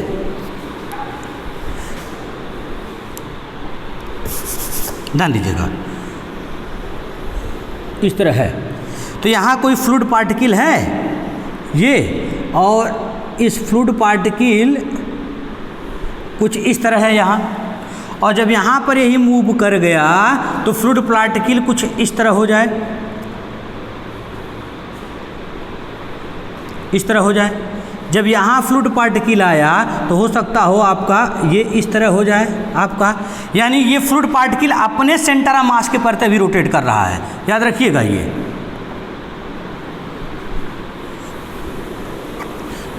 यानी ये फ्लूइड पार्टिकल जो होता है ये ऐसे, सॉरी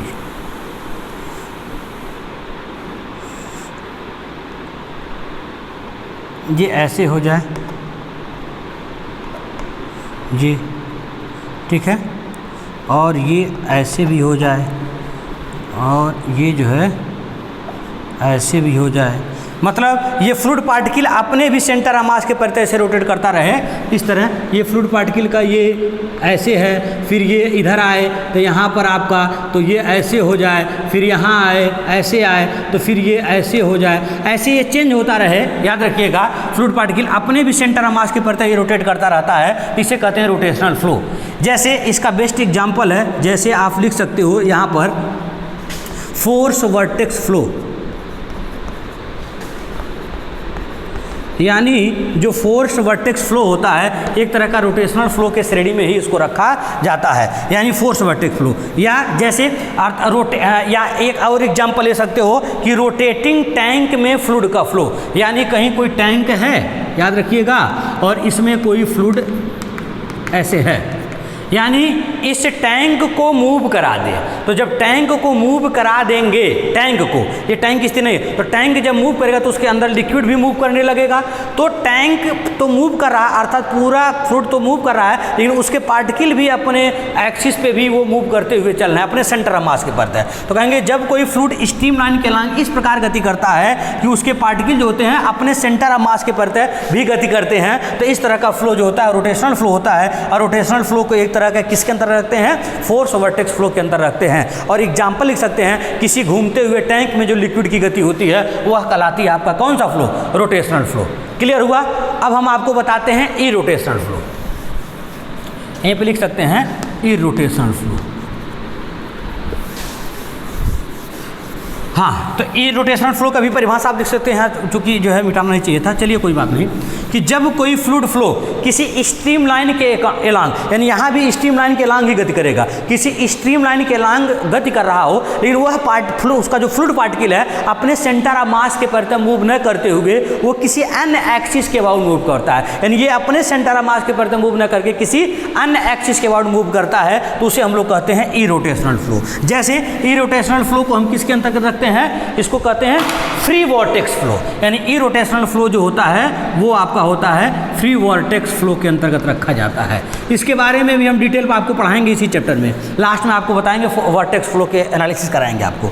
हाँ, जैसे किसी वाश बेसिन, यानी आपका जो है वाश बेसिन जो है बेटा, याद रखिएगा वाश बेसिन में जो फ्लूइड की गति होती है, जैसे वाश बेसिन में कभी भी पानी गिराएंगे तो सीधे नहीं जाता है, वो घूम करके जाता है। पानी गिराएंगे यानी स्थिर वाश बेसिन में या स्थिर टैंक में कोई लिक्विड यदि मूव कर रहा है, यानी मूव करते हुए गति कर रहा है, तो वह कहलाता है आपका इरोटेशनल फ्लो, या उसे हम कहते हैं कौन सा फ्लो? फ्री वर्टेक्स फ्लो कह सकते हैं। तो आई होप आप लोग को ये दोनों समझ में आ गया होगा, कौन कौन सा रोटेशनल फ्लो और कौन सा इरोटेशनल फ्लो। तो इसको लिख लीजिएगा, इसके बारे में डिटेल एनालिसिस हम जैसे जैसे आएगा उसको करते जाएंगे। अब हम आपको बताते हैं 1, 2 और 3 डायमेंशनल फ्लो क्या होता है, इसके बारे में ध्यान दीजिए। तो अगला जो है बेटा छठा 1, बारी बारी से बताते हैं। 1 डायमेंशनल फ्लो,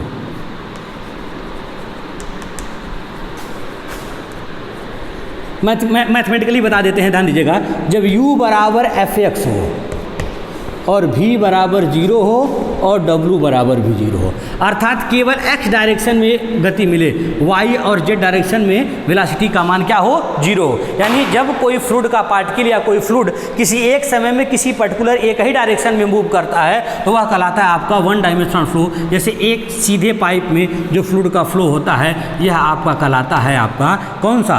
1 डायमेंशनल। दूसरा पूछे 2 डायमेंशनल फ्लूइड क्या होता है बेटा? 2 डायमेंशनल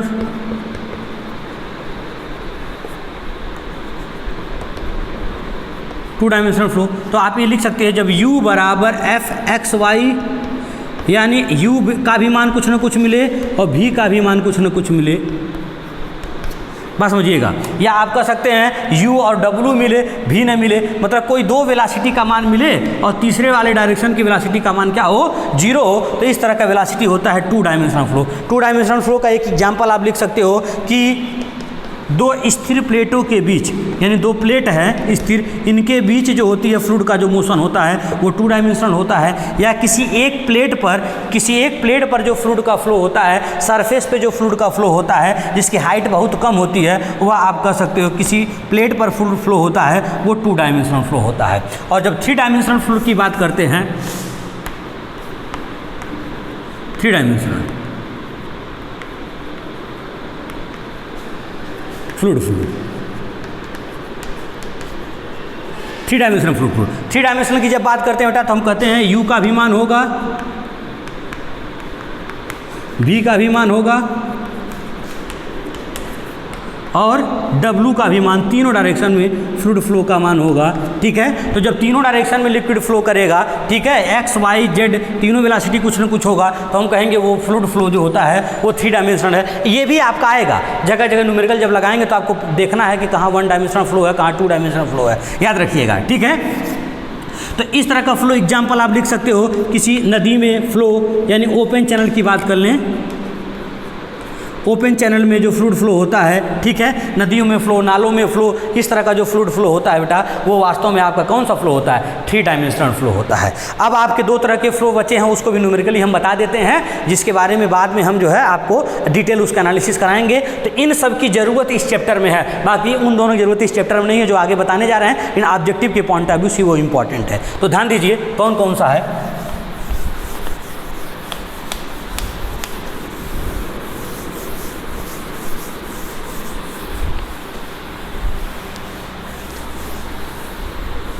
देखिए, तो जो आपका अगला है बेटा यहाँ पर सब क्रिटिकल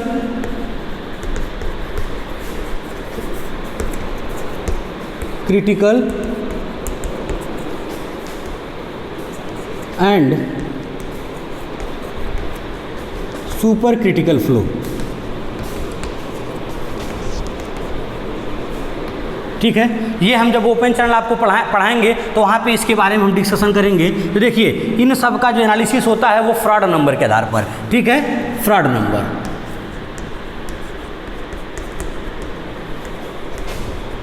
FR। ठीक है, क्या होता है फ्रॉड नंबर, इसके बारे में हम वहाँ पे डिस्कशन करेंगे। अभी समझिए, जब फ्रॉड नंबर का मान, ठीक है, 1 से कम हो तो यह जो फ्लूइड फ्लो होता है वो सब क्रिटिकल, याद रखिएगा। और जब फ्रॉड नंबर का मान 1 के बराबर होता है तो उसे क्रिटिकल फ्लो कहते हैं। और जब आपका फ्रॉड नंबर का मान 1 से अधिक हो जाता है तो इसे सुपर क्रिटिकल कहते हैं, याद रखिएगा। ये उसी तरह लास्ट जो आपका था, इतना इसके बारे में समझिए, ये कब सब क्रिटिकल कब क्रिटिकल ये सब होता है, इसके बारे में भी डिटेल हम आपको बताएंगे। अब अगला जो है आपका सबसोनिक, सोनिक, सुपरसोनिक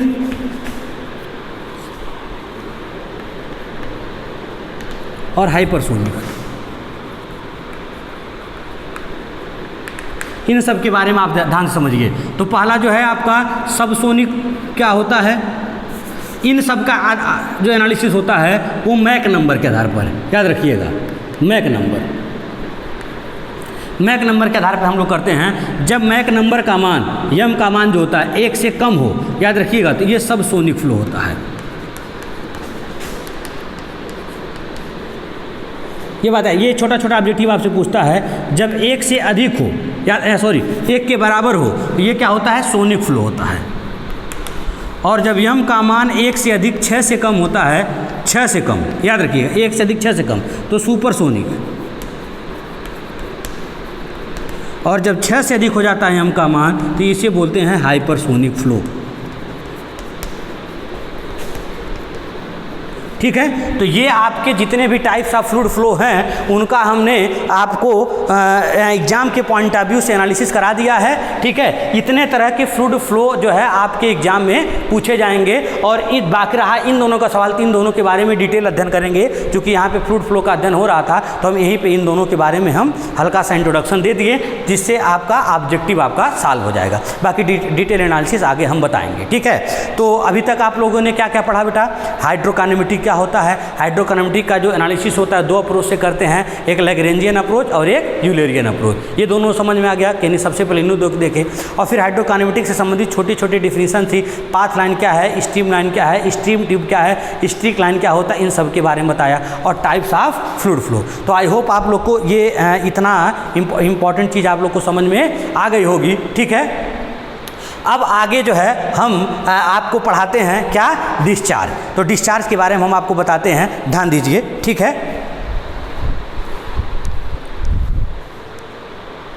तो चलिए ध्यान दीजिए, हमारा जो नेक्स्ट टॉपिक है बेटा ये है आपका डिस्चार्ज, विसर्जन। ये आपका हाइड्रोडायनेमिक हुआ चाहे हाइड्रोकाइनेमेटिक हुआ, इन दोनों में बहुत ही इंपॉर्टेंट टॉपिक है। ये यदि आप समझ जाएंगे तो न्यूमेरिकल लगाने में आपको कोई प्रॉब्लम नहीं होगा। तो देखिए, कोई पूछे डिस्चार्ज क्या है तो क्या डिफिनीशन देंगे?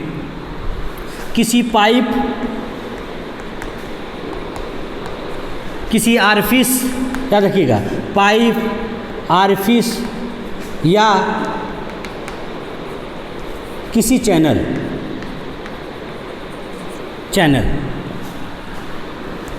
के किसी सेक्शन से यूनिट टाइम में फ्लो होने वाले लिक्विड के वॉल्यूम को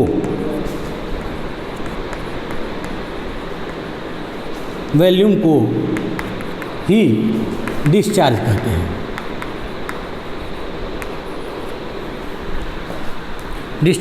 हैं। इसे कैपिटल क्यू या कहीं कहीं स्मॉल क्यू से भी प्रदर्शित करते हैं।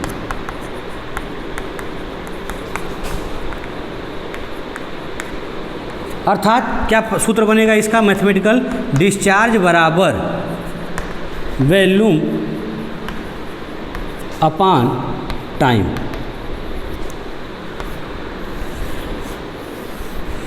Q बराबर V अपॉन T। ये आपका यहाँ से डिस्चार्ज का फार्मूला समझ में आया। तो यहाँ से भी T को 1 कर दिया जाए तो V बराबर Q हो जाएगा। अर्थात यहाँ कोई पाइप है तो पूछा जाए इसमें कितना डिस्चार्ज है, तो यहाँ कोई सेक्शन ले लीजिए, यानी इस सेक्शन से यूनिट टाइम में जितना आयतन फ्लो होगा, या आप कह सकते हो सपोज करिए यहाँ पर एक कोई ऐसे कंटेनर ले लें और यहाँ पे आपका एक कोई वाल्व लगा दें। वाल्व लगा के यहाँ वाटर को रोक दिए हैं और वाटर को खोलें और खोलने के बाद टाइम को काउंट किए।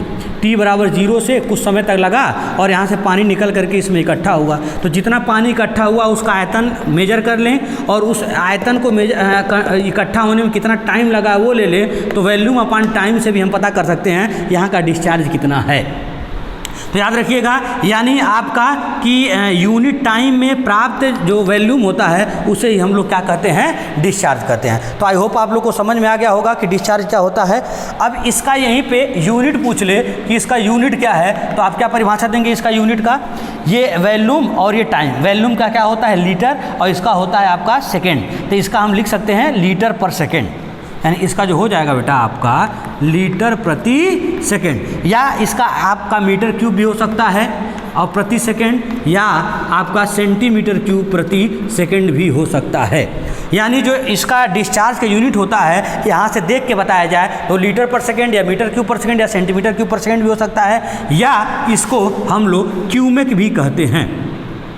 यानी इसका जो मात्रक होता है एक और आपका क्यूमेक भी होता है। ठीक है, तो एक क्यूमेक बराबर कितना होता है? याद रखिएगा, एक क्यूमेक बराबर 1 मीटर क्यूब प्रति सेकंड के बराबर होता है। 1 cumec is equal to 1 metre cube पर सेकंड होता है। तो आप लोग को ये डिस्चार्ज समझ में आ गया होगा कि कोई पाइप हो, आरफिस या कोई भी चैनल होगा, उसके किसी एक सेक्शन से यूनिट टाइम में कितना लिक्विड का वॉल्यूम फ्लो हुआ उसे ही हम लोग डिस्चार्ज करते हैं। डिस्चार्ज बराबर क्या होगा? Volume upon time. Volume upon time हो गया बेटा, तो आप लिख सकते हो यूनिट टाइम में जो वॉल्यूम होगा वही डिस्चार्ज होगा। अब इसके यूनिट की बात करते हैं तो या तो लीटर पर सेकंड हो जाएगा, या तो मीटर क्यूब पर सेकंड, या तो सेंटीमीटर क्यूब सेकंड हो गया, या शॉर्ट फॉर्म में इसको क्यूमेक भी कहते हैं। तो 1 क्यूमेक किसके बराबर होता है? 1 मीटर क्यूब प्रति सेकंड के। तो आई होप आप लोग को डिस्चार्ज समझ में आ गया होगा। अब यहाँ पे एक पॉइंट की बात समझिए, इसको समीकरण 1 करके और वहीं पे स्टार बना करके लिख लीजिएगा कि समीकरण 1 की सहायता से जो डिस्चार्ज प्राप्त किया जाता है, यानी इस फार्मूले से जो डिस्चार्ज प्राप्त किया जाएगा उसे हम लोग क्या कहते हैं? वास्तविक विसर्जन, यानी एक्चुअल डिस्चार्ज। याद रखिएगा आपका एक्चुअल डिस्चार्ज। ठीक है, यानी इसको इस फार्मूले की सहायता से जो डिस्चार्ज निकालते हैं उसे एक्चुअल डिस्चार्ज कहते हैं। एक होता है आपका थ्योरेटिकल डिस्चार्ज। क्या होता है थ्योरेटिकल डिस्चार्ज, उसके बारे में भी हम आपको बताते हैं, वो ध्यान दीजिएगा। अब है आपका आगे थ्योरेटिकल डिस्चार्ज।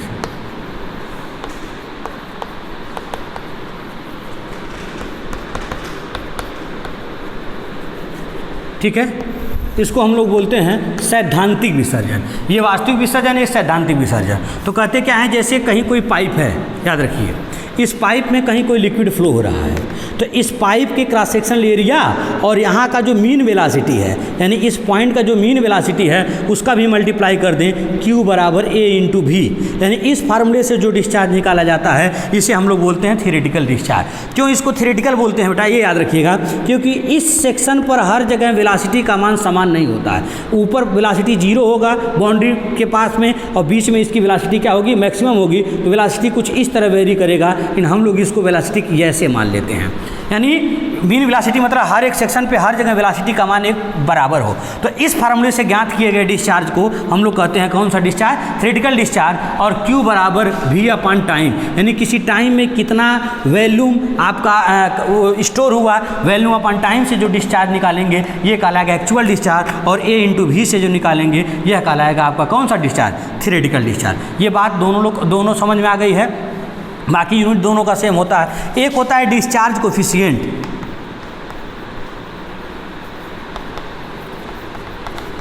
अब इसकी ज़रूरत क्यों पड़ी, डिस्चार्ज कोफिशिएंट यानी विसर्जन गुणांक की।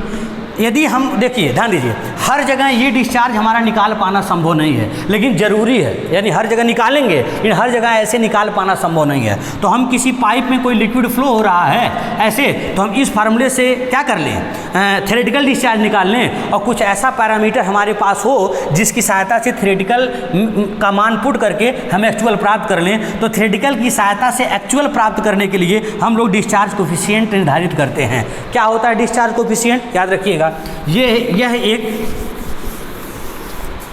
बीमाहीन संख्या होती है, इसका कोई यूनिट नहीं होता है, और ये होता है एक्चुअल डिस्चार्ज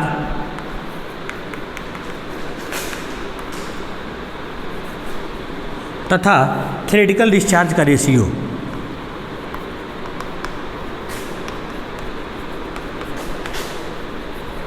देख लीजिए, अब हमको कहीं इस थ्योरेटिकल डिस्चार्ज का मान मिल जाए और उसका इसमें गुणा कर दें डिस्चार्ज कोफिशिएंट से, इसको CD से लिखते हैं, तो QACT Q actual upon Q theoretical. यानी ये फार्मूला याद रखिएगा, अर्थात इस कहीं डायरेक्ट A इंटू V से डायरेक्ट निकाल लें हम लोग थ्योरेटिकल डिस्चार्ज, और उसका CD से मल्टीप्लाई कर दें तो हमारा क्या मिल जाएगा, एक्चुअल।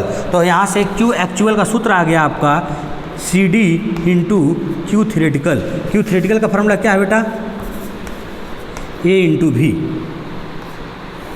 तो ये बात याद रखिए, कहीं भी A इंटू V से डिस्चार्ज निकालिएगा तो वो आपका एक्चुअल नहीं होगा, वो हम आपका क्या होगा, थ्योरेटिकल होगा। क्यों एक्चुअल नहीं होगा, इसके बारे में अभी हम आपको बता दिए, फिर बता दे रहे हैं कि यहाँ इस पॉइंट पर वेलासिटी एक बराबर नहीं होता है, और मीन वेलासिटी का मतलब हम लोग बराबर ले लिए हैं। बाउंड्री के पास वेलासिटी कम होगा, बीच में वेलासिटी 0 होगा, तो जाहिर सी बात इतने में फ्लूइड फ्लो होगा, और हम लोग पूरा मान ले रहे हैं। तो पूछा जाए किसका मान ज़्यादा होगा, थ्योरेटिकल का कि एक्चुअल का, तो हमेशा थ्योरेटिकल वेलासिटी थ्योरेटिकल डिस्चार्ज ज़्यादा मिलेगा। किसके अपेक्षा, एक्चुअल की अपेक्षा। कितना ज़्यादा मिलेगा उसके लिए आप ये निर्धारित हुआ CD से मल्टीप्लाई कर दें तो कम हो जाएगा ये। तो अब बताइए CD का मान कितना हो सकता है, बोलिए CD का मान। तो ये अलग अलग जगहों पे इसका मान अलग अलग होता है, जब आरफिस पढ़ाएंगे तो उसके जगह पे इसके डिस्कशन हम करेंगे। तो आई होप आप लोग को डिस्चार्ज क्या होता है, थ्योरेटिकल क्या होता है, एक्चुअल, इसके बारे में आपको अच्छे से समझ में आ गया होगा। अब दो छोटा सा टॉपिक है, एक rate of flow of mass और एक rate of flow of weight, इसके बारे में बता करके ये लेक्चर हम यहीं पे आपका समाप्त करते हैं, और नेक्स्ट लेक्चर में हम आपको पढ़ाएंगे कंटिन्यूटी इक्वेशन, या इसी का मोस्ट इंपॉर्टेंट टॉपिक है, ध्यान दीजिए।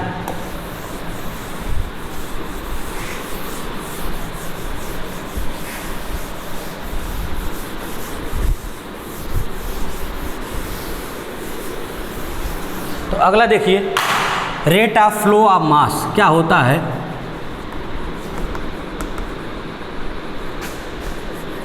कहीं आपका न्यूमेरिकल में पूछ दे कि rate of flow of mass निकालो, तो मैक्सिमम लड़के कंफ्यूज हो जाते हैं, पूछ क्या रहा है, याद रखिएगा। तो अभी ऊपर जो विसर्जन है उसको हम लिख सकते हैं rate of flow of volume.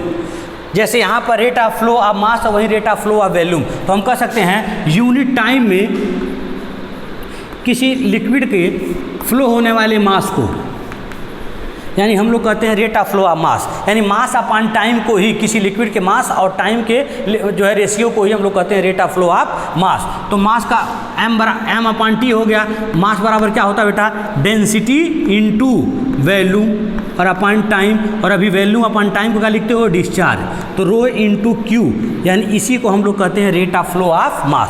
तो कहीं आपसे न्यूमेरिकल में पूछ दे rate of flow of mass निकालो, तो कहीं यदि डिस्चार्ज निकाले हैं उसी लिक्विड का और उसी लिक्विड की डेंसिटी से मल्टीप्लाई कर देंगे तो आपका rate of flow of mass मिल जाएगा। और यहीं आपसे पूछ दे rate of flow of weight निकालो, तो इसका क्या होगा बेटा, ये वेट अपॉन टाइम को rate of flow of weight कहेंगे। तो आप बताइए वेट और मास में क्या अंतर होता है, जी का। तो रो इंटू क्यू यदि एम अपॉन टाइम हुआ, इसी में जी से मल्टीप्लाई कर दें तो हो जाएगा रो जी क्यू। इस फार्मूले से हम निकालेंगे rate of flow of weight. तो इतनी चीज़ें आप लोग यदि याद रखते हैं तो आपके जो है कम से कम 2-4 ऑब्जेक्टिव यहाँ तक आपके कवर हो जाएंगे। तो आज का लेक्चर हम यहीं समाप्त करते हैं, ठीक है, और मिलते हैं नेक्स्ट लेक्चर में। एक बहुत ही अच्छा टॉपिक कंटिन्यूटी इक्वेशन। यदि आप लोग को कहीं इस पूरे टॉपिक में कहीं कोई कन्फ्यूजन होगा तो आप लोग कमेंट करिएगा, सर ये चीज़ नहीं समझ में आया है, फिर उसको हम नेक्स्ट लेक्चर में आपको अच्छे से जो है आपको डिस्क्राइब कर देंगे। यदि आपको ये लेक्चर समझ में आता है तो आप जो है हमारे चैनल को लाइक करिए, शेयर करिए एंड सब्सक्राइब करिए। और यदि आप अगला वीडियो आपके पास तुरंत आपका जो है तुरंत मिल जाए तो आप लोग जो है वहाँ पर एक बेल आइकन है उसको प्रेस करना मत भूलिए, उसको प्रेस कर दीजिएगा। और जो लड़के पहली बार वीडियो देख रहे हैं, ठीक है, और वो उनसे रिक्वेस्ट है कि आप लोग पीछे जितने भी आपके वीडियो पड़े हैं उनको जा कर के देखिए, तभी ये चीज़ें आपको समझ में आ जाएंगी, ठीक है। तो मिलते हैं नेक्स्ट लेक्चर में जिसका नाम है कंटिन्यूटी इक्वेशन। चलिए बाय, थैंक यू।